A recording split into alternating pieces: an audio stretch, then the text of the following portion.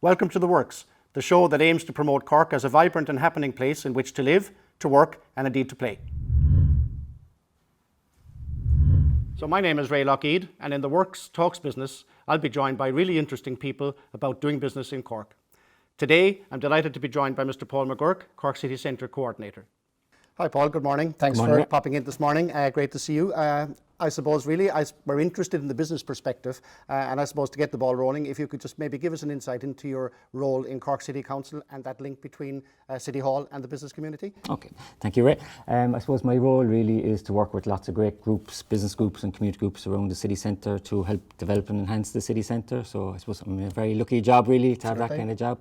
And it's exciting times for the city centre really at the moment. There's a lot of development and positivity going on at the moment. Very good. And is it a role that brings you out of the office quite a lot and interacting with people on the ground on a day-to-day basis? Absolutely, that's core to it really.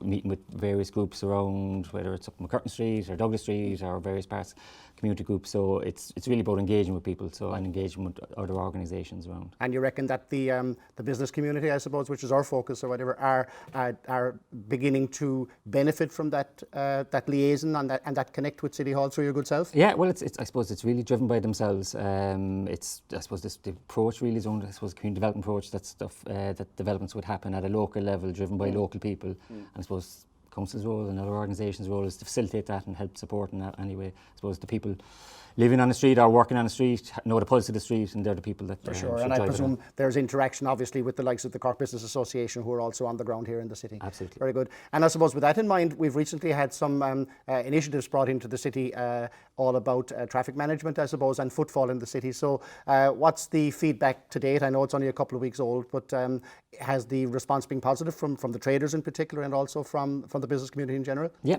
I suppose we're 3 weeks into, I suppose, the second go at the Patrick Street bus lane.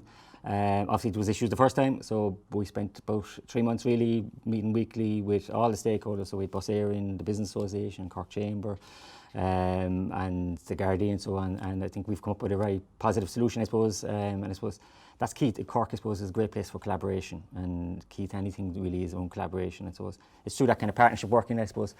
Things have gone really well for the last few weeks. There's a good package of measures, and I suppose it's really part of the first part of a much bigger transport strategy. And was the to give us an idea, was the kind of traffic through Patrick Street on a continuous basis becoming an issue? Yeah. Was it causing a gridlock situation, or is it now hoped to be freed up a little? Yeah, I suppose effectively 2/3 of the traffic that goes through Patrick Street is of no benefit to the city centre. It was just driving through the city. So that's really, it was of no benefit to the city centre. So what we're really trying to do is improve public transport. There's nearly 1,000 buses a day use Patrick Street, so if you can prioritise those, you then improve the times, I suppose. We've got approximately 10,000 jobs coming to the city centre over the next few years. That's a big number. Yeah, huge. So they can't all drive into the city centre as much as they might want. So we've got to improve the public transport system, so people will use public transport if it's reliable and it's fast and it's efficient, and it's all part of it. So I suppose over the next 10 years we've got 200 million for a Bus Connects programme.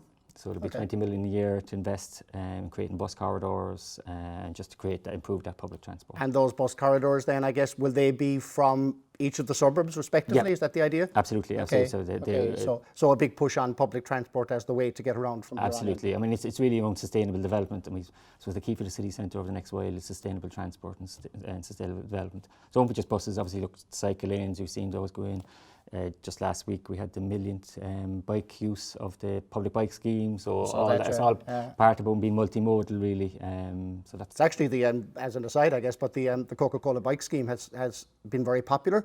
Obviously, 1 million users makes it popular, but I think seeing people using it, because Cork being a city that's kind of in a bowl effectively, one would never have thought that bicycles would be like the Amsterdam kind of effect, but it seems to be that it is, and they're very effective. Absolutely. Yeah, that's great.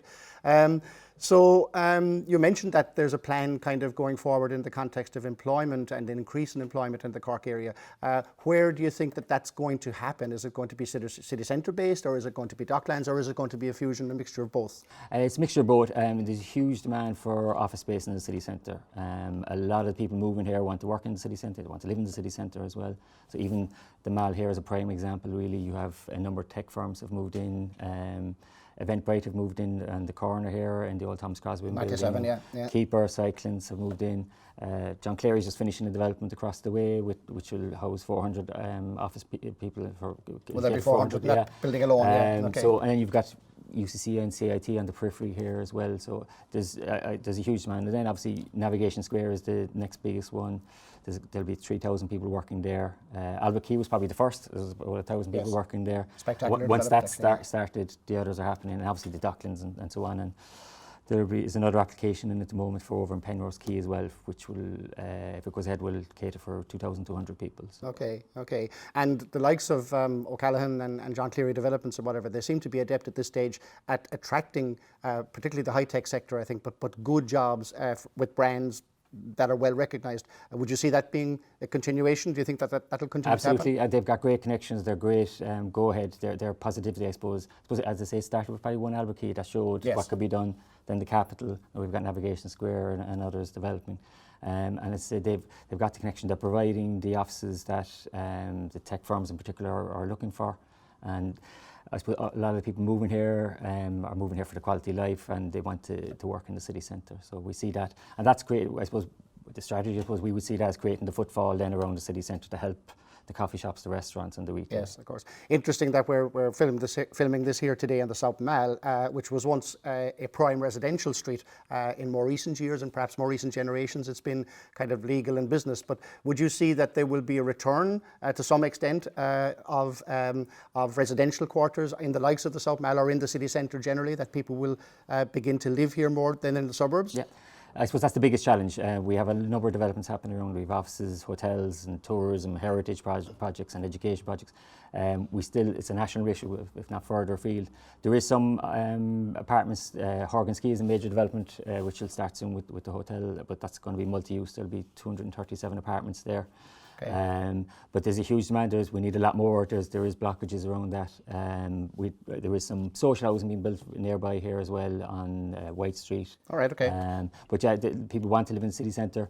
If we can kind of convert some of the above retail spaces into more living accommodation, it'd be great as well. Yeah, and I suppose with that in mind then, there will have to be a growth in the context of the accommodation that's provided for people that come and work outside of the housing, so by way of hotels and things for the transient population. I see just at the end of the street here there's a new Maldron hotel being finished as we speak. Do you think that there will be a growth in that sector as well, the hospitality sector, over the next while? Yeah, absolutely. There's at the moment there's planning for around 1,200 hotel rooms. All right. So that one will cater for about 163. That's the first to come on stream, and then we have 6 or 7 hotels. Just yesterday there was planning approved for 196 bed hostel just behind us actually here as well. All right. So we have a latent demand for hotel rooms. Not just the 4 stars, but the budget as well. Parnell Place, there'll be more hotels. The Metropole is going to be redeveloped. There's another hotel in McCurtain Street. So huge demand. I suppose the tourism is doing really well. Cork Airport is doing really well. So there is a demand. So we see a huge growth in that. Excellent.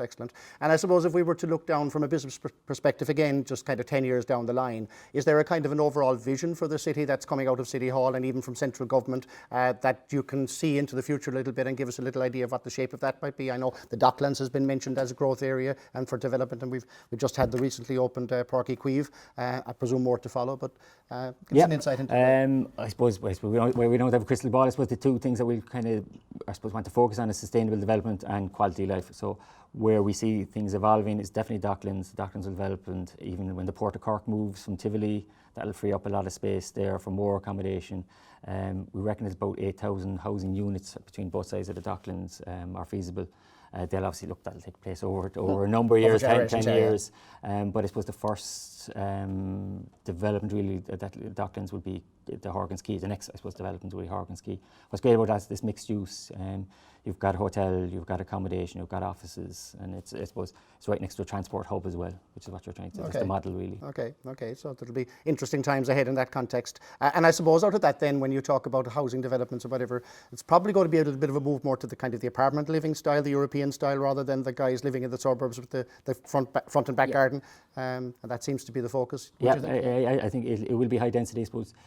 At the moment, 42% of the people living in the city centre were born outside of Ireland, and they're moving from Europe and elsewhere. Okay, and it's a high percentage. They're used to European apartment style living, Okay. and really, I suppose, to be sustainable, the old 3-bed semi-D with front and back garden isn't going to work in the city centre. Right. We have brownfield sites like the Docklands that will be apartments, but it's important then with that to put the parks and the other amenities to And all go the other with that, bits. so that you have that quality of life. Also the lifestyle balance or whatever.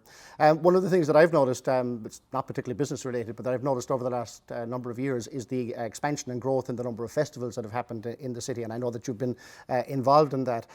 Do you just give us an idea of kind of like the benefits that you see from the community perspective of getting involved and developing these festivals?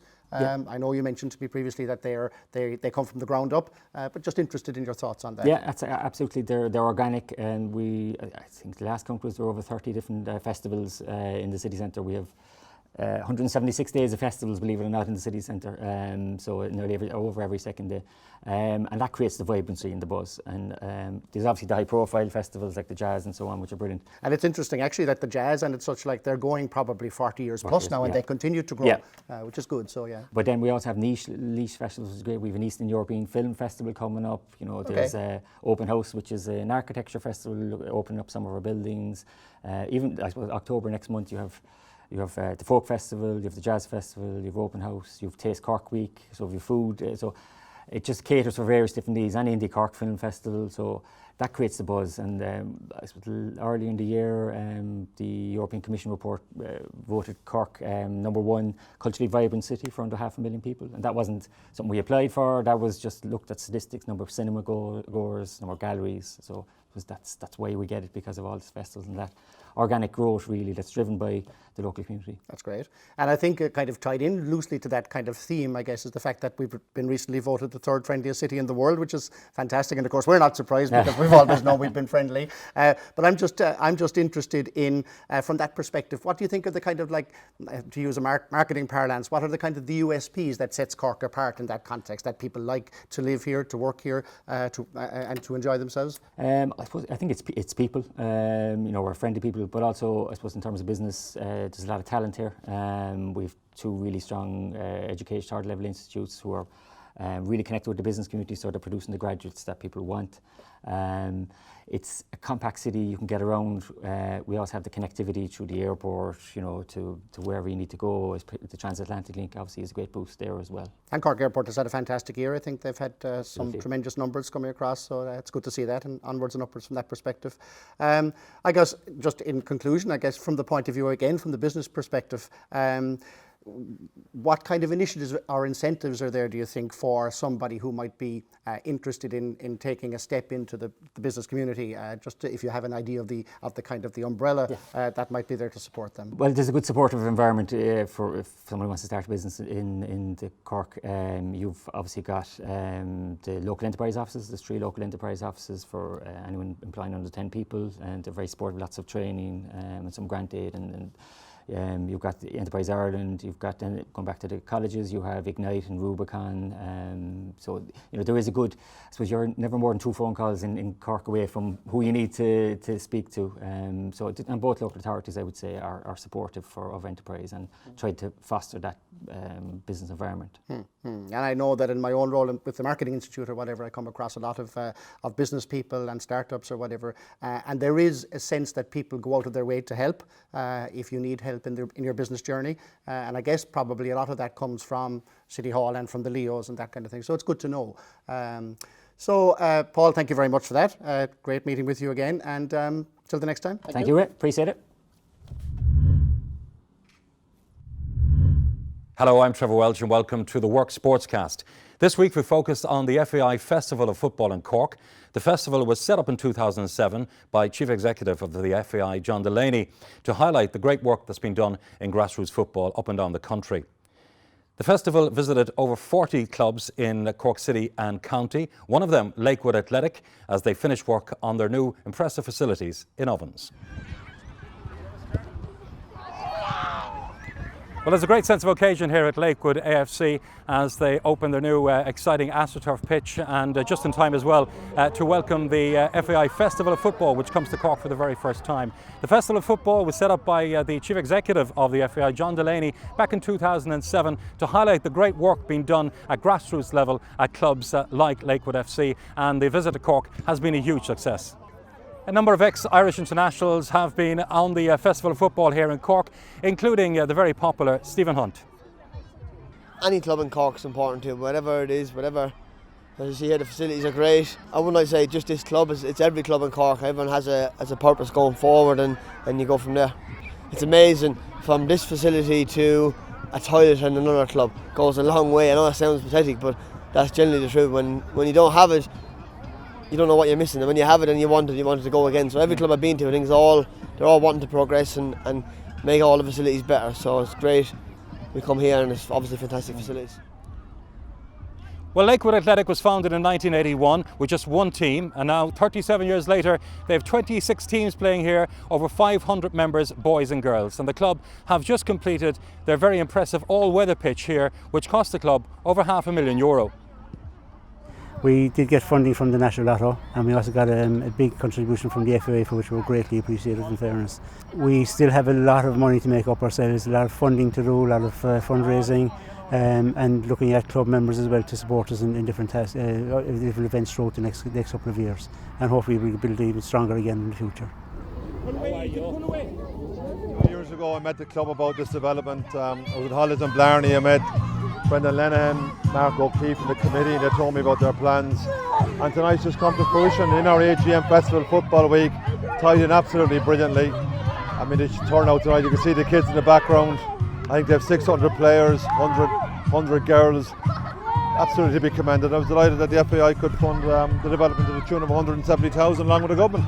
It's just been a fantastic week, and I'd like to thank the people of Cork for the warmth of their welcome, but in particular I'd like to thank the grassroots people in Cork for the wonderful work they do week in, week out, developing the game, allowing the kids to play.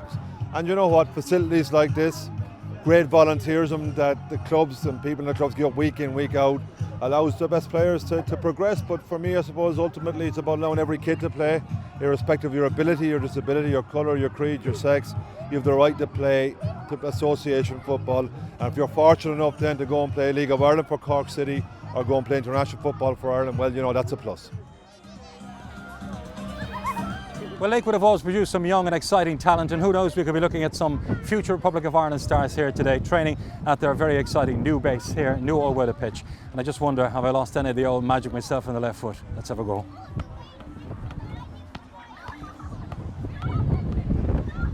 Some things you never lose.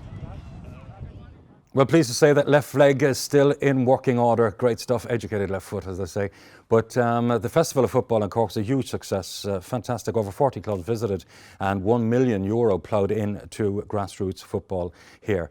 Well, my guest in studio knows all about grassroots football with his time at both Glasheen and Wilton, and indeed Douglas Hall as well. He spent 10 years at Cork City in the League of Ireland and wrote 2 books on the League of Ireland itself, Death of a Football Club and Second City. Neil Horgan.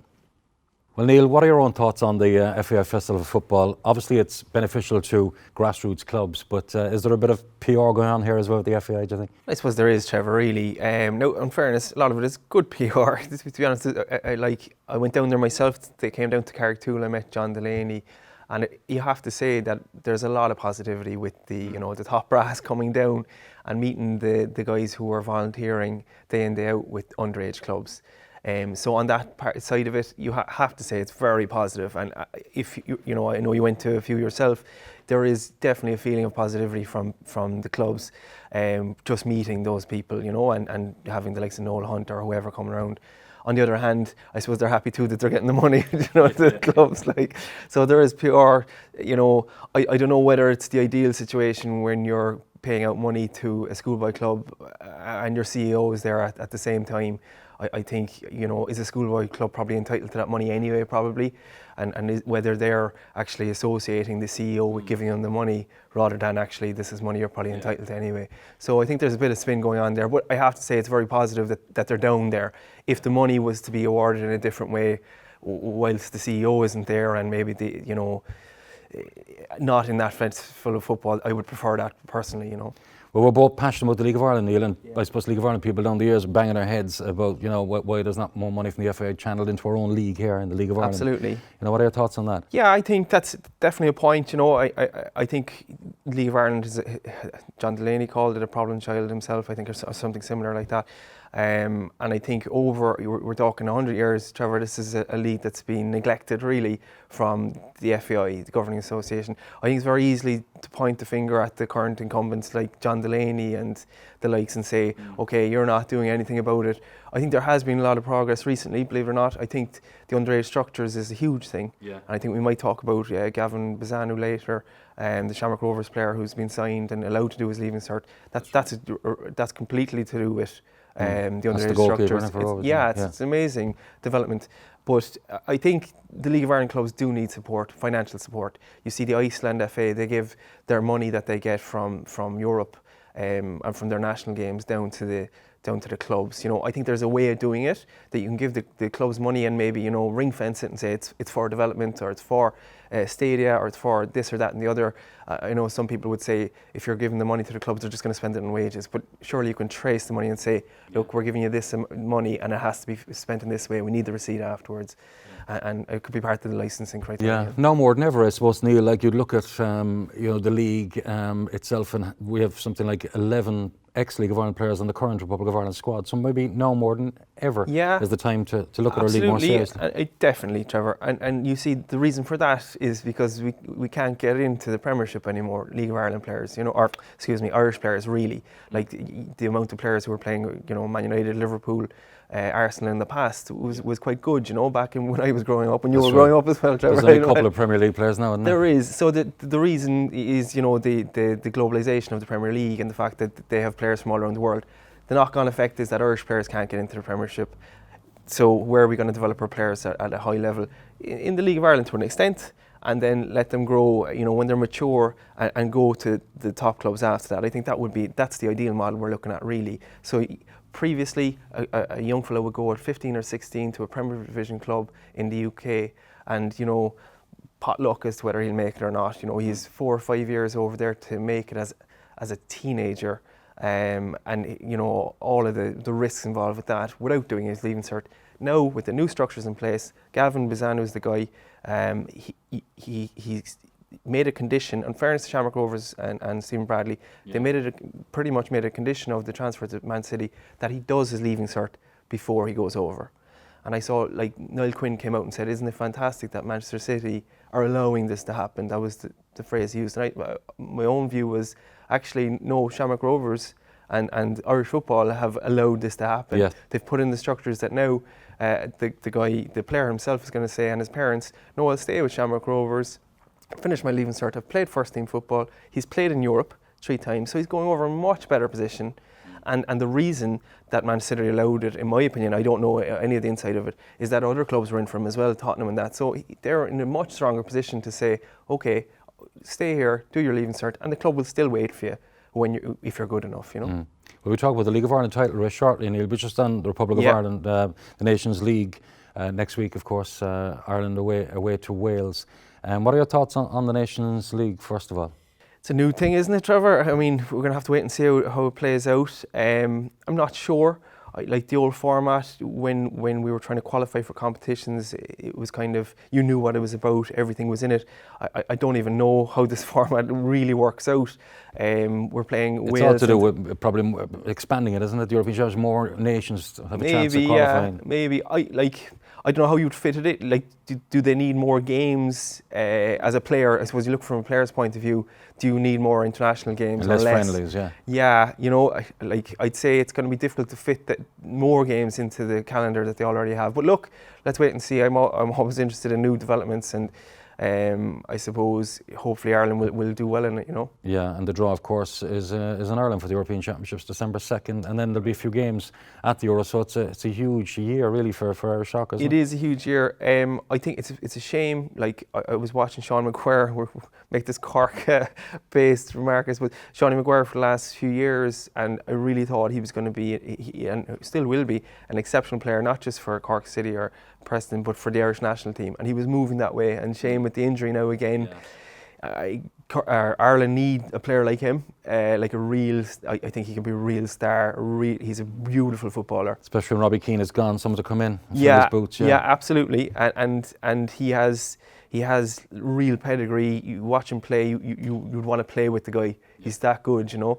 So it's a shame. Hopefully they'll do well in the interim, and maybe he'll come back into things, you know. Yeah, hopefully. And I got to ask you about Declan Rice and his situation. He's played with Ireland, obviously, in friendlies and underage group, and now they're saying that he's going to hold off. He's not going to be involved in the Nations League because he's spoken to the English FA. Yeah, obviously it's a big deal. I was away for the last few weeks, but I read about it, you know. I think we've had this before, like, haven't we? We have. I think he's a young lad, right? He's 19 years of age. It's a lot of pressure on him. That, you know, that's the starting point. I do think if you've played 3 internationals, you probably should know, or friendly international, you should know that you've picked your sides there.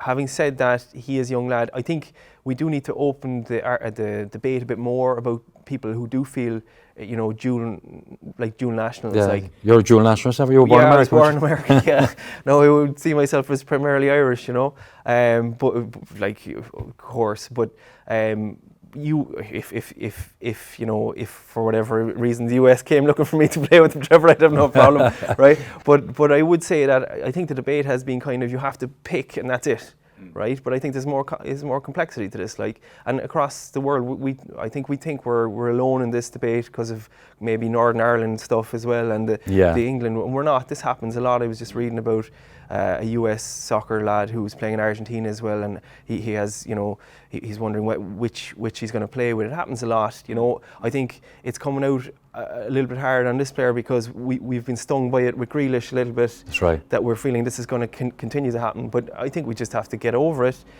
Players do feel like they're associated with different countries, or people do feel that, and we need to enlarge the debate to allow for those complexities, in my opinion, you know. Yeah, we watch that with interest for sure. Yeah. And just finally, Neil, on the League of Ireland, you're a league winner yourself at Cork City. You know, a club, short history, I suppose, founded in 1984. We've never retained the title, and a lot of people expected this would be it. There's a huge expectancy now in Cork City, obviously, biggest supporter club in the country, but they've fallen again against Sligo Rovers, and it looks like they've blown their chance of retaining it. Yeah, no, I have to say, you know, it's fresh in our minds. It only happened yesterday, Trevor. But if we go back a few weeks, they had a great result against Waterford away to stay in it. Then they had a kind of draw. Was it a draw against Pats, and then a loss against Sligo last night? So you feel with Dundalk slipping up last week that this was their chance to get close, and with the game next week against Dundalk, that, you know, if they were going to make a move for the title and come in front of Dundalk, they'd really have had to win last night. It is disappointing, but having said that, you have to look at it from a long-term point of view, or even medium, short-term point of view, in terms of Caulfield, what he's done the last few years. Yeah. I think people were booing him last night coming off. That's ridiculous. They're fickle, League of Ireland fans. Yeah, but I think it's ridiculous. Like they won the double last year. They won the double last year. We've never had this concentrated amount of success that Caulfield has brought us. And if you're a Cork City fan, of course you're disappointed and you feel like booing. In my opinion, you shouldn't be. This guy has brought the club from, we were kind of mid-table mediocrity when I was playing towards the end of my spell when John took over, and Tommy Dolan had got us promoted after the club being, or the holding company behind the club being liquidated. So he's brought the club up really, like, to double winning, which the club has never done before. We're in second position now. The record this year is incredible. All that said, it is disappointing. It's the style of football as well people are giving out about at the moment. Yeah, I think the style doesn't help. I think when you're not winning and your style isn't what's deemed to be attractive football, then it feels like you've nothing left. It's results or anything kind of thing. I have to say, I think people are overly critical about the style sometimes. Sometimes they do play very good football. Yeah. But it does feel to me at times the default style is to hit it long. Yeah. And I suppose that's okay. My own view would be better to mix it up, hit it long, and a bit more play from the back would be great. But look, I'm sitting here. John is driving a team on with, you know, to a double and chasing Dundalk, who have gone, you know, who are a phenomenal team. So, like, he deserves massive credit. It is disappointing. I think where Cork City go from now would be interesting. You know, they've 6 games left. Yeah. They'll probably finish second. September 21st is the game. Like, obviously they beat Dundalk in front of, what, 7,000 people? Yeah, and you never know. 6 games, I know it seems like, and 6 points, Dundalk are ahead. It feels like that will never, you'll never get near them. But you could, obviously win a game, you're 3 points Titles behind. not won easily, like. No, especially in the last few games. Now there are a few games I think Dundalk have all right where the teams they're playing are free to put out a B team. Like I think they're playing Bows maybe, and a few other teams who are they've nothing to play for. So that won't help. So they need to win next week. John will analyse the game again tomorrow or today probably with the lads. I'd say this morning. He'll analyse the game and go from there. Look, what better game to go back and if they win next week, you have to say they're back in with a shout again. Even though the goal difference is against them as well. So 3 points plus goal difference is really 4 points. But you have to look at it from a medium to long-term point of view. I know the game was last night. Coffey's done an amazing job. And there's no other way of looking at it from my view anyway. Well, we're great to have your views on the Works Sportscast here with us, and we appreciate you coming in to talk to us, Neil. Thank you very much. Thank you, Trevor.